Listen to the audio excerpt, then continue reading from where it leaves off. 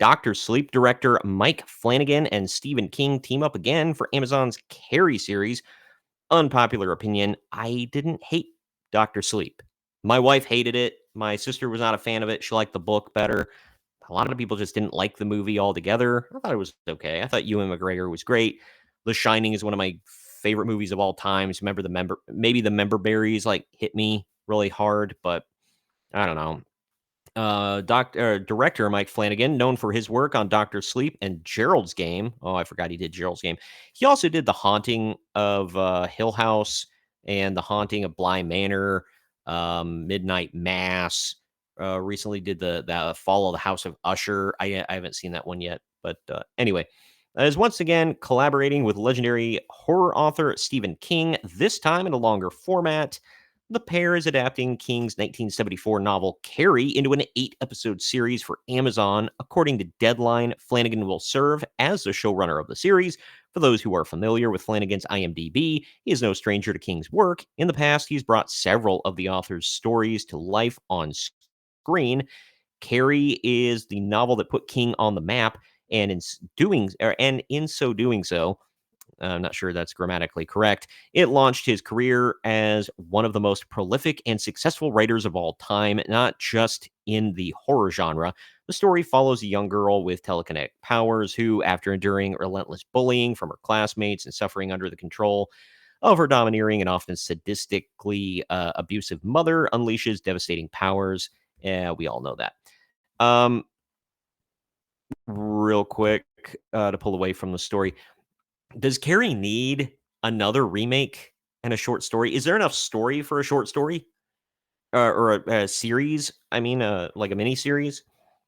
Carrie is not that big, and it's an okay story. It's fine, but it's fine. Like it doesn't require. I guess there was another remake besides just the one with Chloe Grace Moretz in it.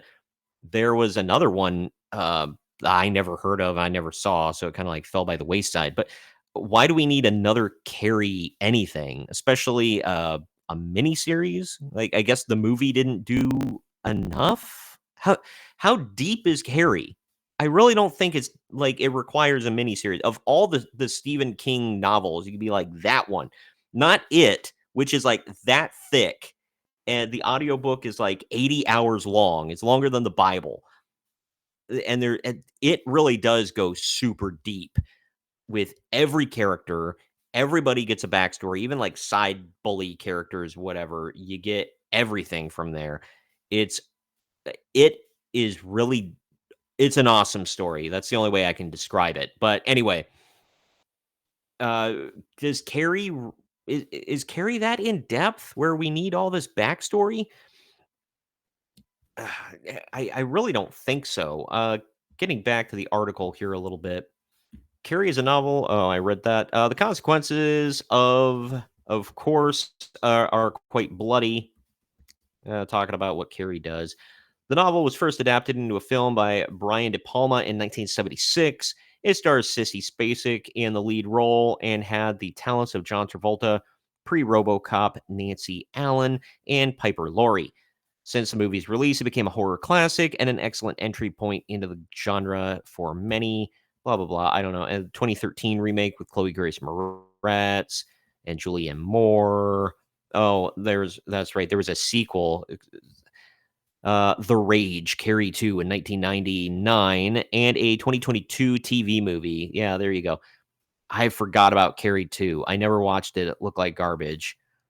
Um, the longer format of a series follows Flanagan or allows Flanagan to explore the psychological and supernatural elements of Carrie in more depth, following the shorter format and TV movies couldn't fully achieve.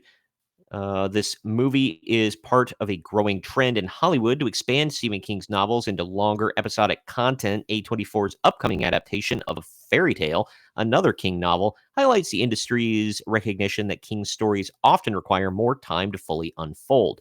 That's true. Similarly, Amazon's Carrie's series will give the character and plot lines room to breathe, heightening both the emotional tension and horror. I guess. Lionsgate is adapting The Long Walk, which King wrote at the age of 19 under the pseudonym Richard Bachman, while Edgar Wright is directing a new version of The Running Man. I forgot he did that one with Glenn Powell and Katie O'Brien. That's true. Doesn't give a release date here. I still, of all the King books that need a series, like a mini series to adapt it, I really think Carrie's a bad choice. Not a great plan. They're doing a new The Dark Tower. I don't remember. I think they're doing it as a series, but I could be wrong. They might be doing it as a movie, but I don't know. Let me know down in the comments what you think about all of this. I really want to know. Do you think Carrie needs a full series to unfold? Is it like, am I missing something with Carrie here? What we got in the movies was pretty much it, right? I mean, how much do we need like the emotional tension to build and whatever? Like, if anything, like I don't think Children of the Corn needs this either. But if you're gonna do like, I think Children of the Corn would lend itself more to that. I did not watch the new one where the leader is a girl and I think they gassed all the adults. I don't know, and like she takes to gassing people, I guess, but I don't know. I haven't seen that one yet. I might actually watch it soon though because I've seen all the Children of the Corns, and they're all like the first one's really good, and then they just like they're garbage after that. Like Children of the Corn in the City.